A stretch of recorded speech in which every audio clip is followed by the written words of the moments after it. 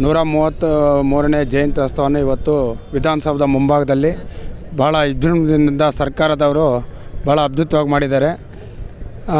ಇಲ್ಲಿ ಬರ್ತಾ ಇರುವಂಥ ಎಲ್ಲ ನಮ್ಮ ದಲಿತ ಬಂಧುಗಳು ಮತ್ತು ಎಲ್ಲ ಪ್ರತಿಯೊಬ್ಬರು ಕೂಡ ಭಾಳ ಸಂತೋಷದಿಂದ ಇದ್ದಾರೆ.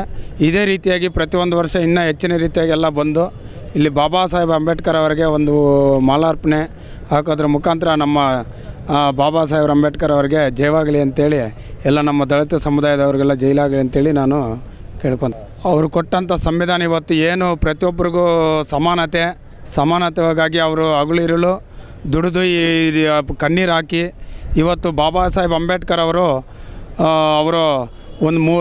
ಒಂದೊತ್ತು ಊಟನೂ ಕರೆಕ್ಟಾಗಿ ಮಾಡ್ತಿರಲಿಲ್ಲ. ಇದಕ್ಕೆ ಮುಂಚೆ ಎಲ್ಲ ಅವರು ಊಟ ತಿಂಡಿ ಎಲ್ಲ ಬಿಟ್ಟು ಇಲ್ಲಿ ನಮ್ಮ ದಲಿತ ಜನಾಂಗಕ್ಕೋಸ್ಕರ ಹಗಲಿರುಳು ದುಡ್ದಿದ್ದಾರೆ. ಇವತ್ತು ಅವರ ಒಂದು ಶ್ರಮ ಇವತ್ತು ಪ್ರತಿಯೊಬ್ಬರು ಹೆಣ್ಮಕ್ಳಾಗಲಿ ಓದೋದು ಸ್ಕೂಲಾಗಲಿ ಪ್ರತಿಯೊಂದರಲ್ಲಿ ಸಮಾನ ಹಕ್ಕುಗಳ ಇವತ್ತು ಏನಾದರೂ ಇವತ್ತು ಪ್ರತಿಯೊಂದು ಜಾತಿಯಲ್ಲಿ ಇವಾಗೇನು ದಲಿತರಿಗೆ ಮಾತ್ರ ಸೀಮಿತ ಮಾಡಿದ್ದಾರೆ ಅಂಬೇಡ್ಕರ್ ಅವ್ರನ್ನ.